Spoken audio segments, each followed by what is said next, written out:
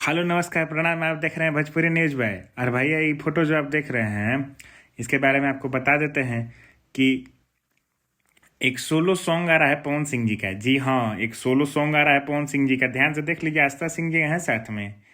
Bhojpuri news boy पे आप सबसे पहले ये खबर देख रहे थे। भोजपुरी न्यूज बॉय को फॉलो जरूर कर लीजिएगा, और ना तो न कीजिएगा तो फिर आपका मन है, लेकिन कर लीजिएगा तो भला होगा। के जाने, कर दीजिए। हाँ तो भैया जो बात है, देखिए भैया साफ बात है, इसलिए फॉलो कर लीजिए, सबसे पहली बात। दूसरी बात की सॉन्ग जो आ रहा है, सोलो सॉन्ग आ रहा है, आस्था सिंह जी इसमें फीचरिंग में है। गर्दा बवाल एकदम सुपर डुपर हिट गाना है।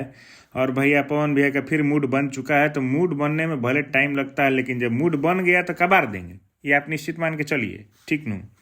दूसरी चीज़ है कि गाना बवाल है एकदम, मतलब कि एकदम इतना प्यारा स्वीट सा गाना है ना कि बहुत अच्छा लग रहा है। हम सुने थोड़ी ना है, लेकिन जैसा कि लोग बता रहे हैं इधर उधर से कैसे जुगाड़ करके आप लोग के लिए खबर लाते हैं, तो आप लोग फॉलो कीजिए, वीडियो शेयर कीजिए। धन्यवाद। इससे आगे क्या कह सकते हैं।